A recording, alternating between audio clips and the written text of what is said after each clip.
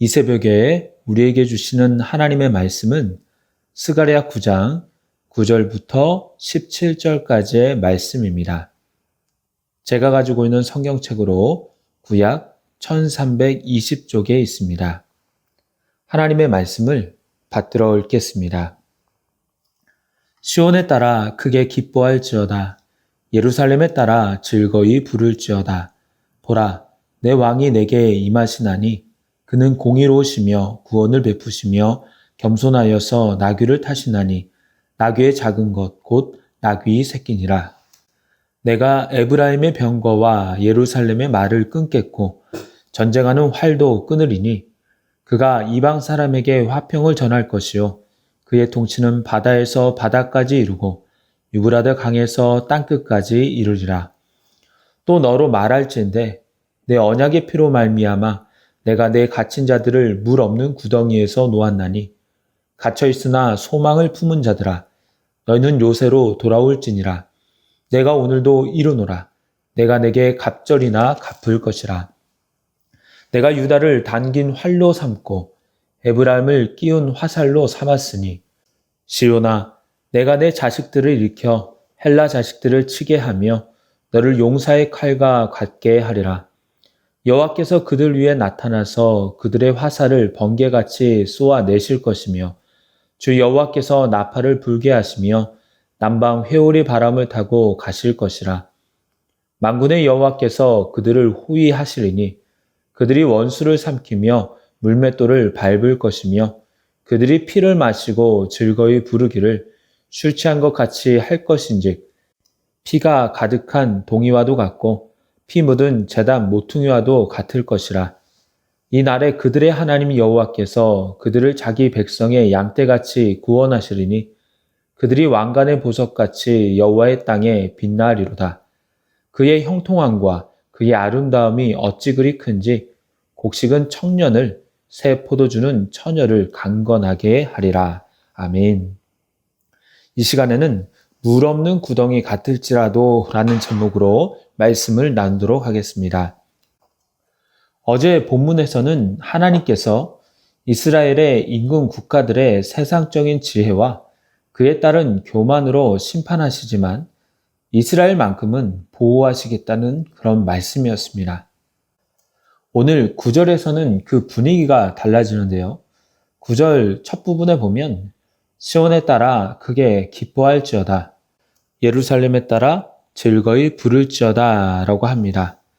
기뻐하고 즐거워하라는 것입니다. 그냥 기뻐하는 것이 아니라 크게 기뻐하며 그냥 즐거워하라는 것이 아니라 즐거이 부를지어다. 즉 소리치라는 것입니다.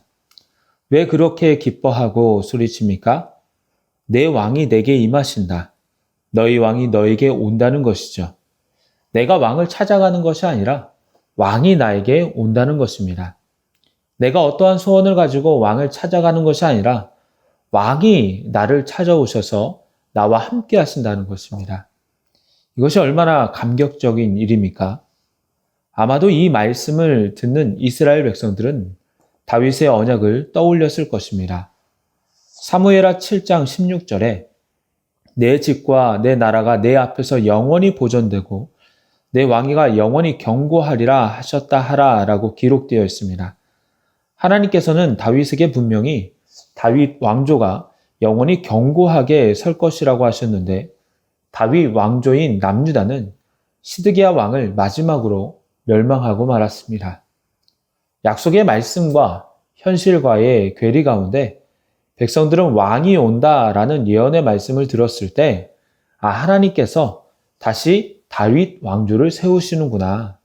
역시 하나님은 약속을 지키시는 분이시구나. 그분이 우리를 구원할 메시아이겠구나 라고 생각했을 것입니다. 이러한 오시는 왕에 대한 설명이 9절 중간부터 나와 있는데요. 그는 공의로우시며 라고 합니다. 메시아는 이 땅을 다스릴 때 공의롭게 다스리실 뿐만 아니라 심판주로서 선악관에 공정하게 심판해 주신다는 겁니다. 또한 구원을 베푸시며 라고 합니다. 당시 백성들은 이 말씀을 들으며 메시아가 오시면 나라를 재건하고 부강하게 하여서 모든 정복자들을 물리치고 다윗 왕과 같이 주변의 나라들을 통치할 것이라고 생각했습니다. 하지만 실제 메시아인 예수님의 구원은 그들이 생각하는 구원이 아니라 모든 삶의 영역에서 전인격적인 구원이요, 육체와 영혼의 구원이었습니다. 한 나라만이 아닌 현 세계와 미래 세계까지 영향을 미치는 현재와 미래 세대의 구원이었습니다. 구원의 범위가 지역과 시대를 초월한 것입니다. 그 다음에 보면 메시아는 겸손하여서 나귀를 타시나니 나귀의 작은 것, 곧 나귀 새끼니라 라고 말씀합니다. 고대 이스라엘 사회에서는 나귀를 많이 탔지만 솔로몬 이후에 말이 애굽에서 수입됨으로 말미암아 높은 지위에 있는 사람들은 나귀 대신 말을 이용했습니다. 그러기에 왕이 말이 아닌 나귀를 탄다는 것은 그가 사람들을 위해서 사람들에게 고압적으로 명령하는 것이 아니라 사람들과 함께 있으며 자기를 스스로 낮추어서 섬기는 분으로 오시는 분임을 알 수가 있습니다. 9절에서도 특히 겸손하여서 나귀를 탔다라는 이 부분은 예수님께서 십자가를 지시기 위해 예루살렘 성에 입성하셨을 때 이루어진 것인데요. 예수님은 스스로 낮아지시며 겸손하신 분임을 드러내고 있습니다. 또한 그 왕은 평화의 왕입니다. 10절에 보시면 내가 에브라임의 병거와 예루살렘의 말을 끊겠고 전쟁하는 활도 끊으리니 그가 이방 사람에게 화평을 전할 것이요 그의 통치는 바다에서 바다까지 이르고 유브라데 강에서 땅끝까지 이르리라 라고 합니다. 유대인들이 이 10절을 주의 깊게 보았더라면 메시아에 대한 오해가 없었을 텐데 라는 생각이 듭니다. 예수님 당시 백성들은 예수님이 그리스도라고 생각하면서 그들의 나라를 로마로부터 구원해 줄 것이라고 생각했습니다. 그 방법은 당연히 무력이었습니다. 하지만 메시아 예수님의 통치와 구원의 방법은 무력이 아닙니다. 예수님은 이방 사람에게 화평을 전할 것이다 라고 말씀하시면서 그 통치 범위가 바다에서 바다까지, 즉 온 세계에 미칠 것이다 라고 하십니다. 십자가에서 보여주신 하나님의 사랑은 심판이 아닌 용서였으며 전쟁이 아닌 화평이었습니다.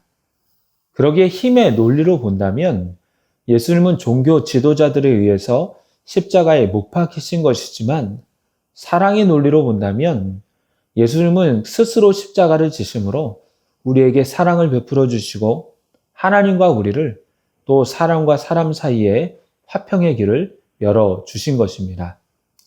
11절에는 또 너로 말할진대 내 언약의 피로 말미암아 내가 내 갇힌 자들을 물 없는 구덩이에서 놓았나니 라고 합니다.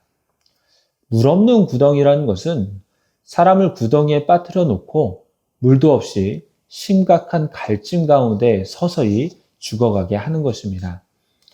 그런 물 없는 구덩이 가운데 있는 이들을 놓아주시는데 그 근거가 언약의 피라고 합니다. 이 언약의 피는 출애굽기 24장에서 이스라엘 백성들이 시내산에서 언약의 말씀을 듣고 소의 피로 하나님과 맺은 시내산 언약을 상기시킵니다. 하지만 시내산 언약이라면 이스라엘 백성들은 심판을 받아 마땅합니다. 왜냐하면 백성들은 언약서에 있는 대로 하나님의 말씀을 지키기보다는 언약을 어기고 파괴하는 일들이 훨씬 더 많이 있었기 때문입니다. 하지만 하나님이 이 언약을 기억하시면서 구덩이에서 건져주시고 요새로 돌아오게 하신다고 합니다. 그러기에 이 언약은 시내산 언약도 되지만 그보다는 예수님으로 말미암아 예수님의 보혈로 이루어질 새 언약을 예언하는 것이며 그 언약으로 구원을 받는다는 것을 예표하고 있는 것이라고도 볼 수가 있습니다. 13절부터는 하나님은 이스라엘 백성들의 구원뿐만 아니라 대적들을 심판하신다고 말씀하십니다. 유다를 당긴 활로 삼고 에브라임을 끼운 화살로 삼는다고 하시죠. 이것은 유다와 에브라임을 무기로 삼아서 헬라, 즉 대적을 치시겠다는 것입니다. 스가랴가 예언할 당시의 남유다 백성들은 바벨론 포로기 이후 일부 돌아오기는 했지만 아직 완전히 돌아오지는 않았습니다. 이미 70년이 넘는 세월 가운데 백성들이 이방 땅에 있다는 것은 잡혀갔던 남유다 백성들은 거의 다 죽었고 그들의 자녀와 손자 또 손녀 대부분 이방 땅에서 태어났다는 것인데 그들은 그들의 고향이 이방 땅이라고 생각했을 수 있습니다. 그러기에 유다가 다시 온전히 선다는 것은 상상하기 어려운 시대였습니다. 또한 에브라임은 북이스라엘을 말하는데 바벨론에 의해 멸망한 남유다보다 150년 정도 앞서서 아수르에 멸망을 했는데요. 북이스라엘인 에브라임이 남유다 백성들보다 더 심각한 것은 아수르는 당시 혼혈 정책을 썼기 때문에 피가 섞임으로 말미암아 그들이 하나님의 백성이라는 정체성이 흔들렸습니다. 그러기에 남유다와 더불어 에브라임이 다시 온전히 선다는 것은 또한 어려운 일이었습니다. 하지만 하나님은 유다를 활로 에브라임을 화살로 삼으신다고 하시며 그들을 통해 이스라엘을 다시 세우실 것과 그들의 대적들이 심판받으실 것을 말씀하고 계십니다. 이제 말씀을 맺도록 하겠습니다. 현실은 우리의 삶이 물 없는 구덩이와 같을 수 있습니다.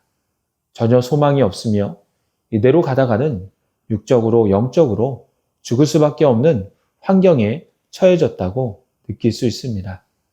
하지만 그럴 때에 임마누엘이신 예수님이 우리를 찾아오십니다.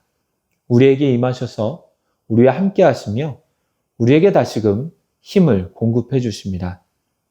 나는 아무것도 없다라고 생각할 수 있지만 주님은 나를 일으켜 세워주셔서 화살로 삼으시고 나를 억누르고 있는 모든 환경을 이기게 해 주십니다.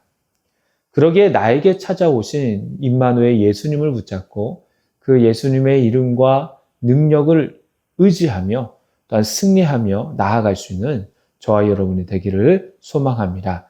기도하겠습니다. 하나님 아버지 감사합니다. 물 없는 구덩이와 같은 소망 없는 저희들의 삶에 주님께서 찾아와 주셔서 죄와 사망의 법에서 구원하시고 매일매일 새 힘과 능력을 공급하여 주시니 참으로 감사를 드립니다.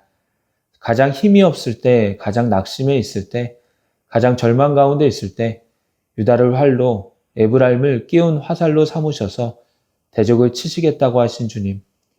비록 부족하고 연약하지만 저희들을 사용하여 주셔서 주님의 계획하신 일들을 저희들을 통하여 하나하나 이루어 가시며 주님께 온전히 쓰임받는 저희들 될 수 있도록 인도하여 주시옵소서. 그리하여서 약한 자를 들어쓰시는 주님의 크신 은혜와 사랑을 늘 경험하며 주님을 찬양하며 살게 하여 주옵소서. 예수 그리스도의 이름으로 기도드리옵나이다. 아멘.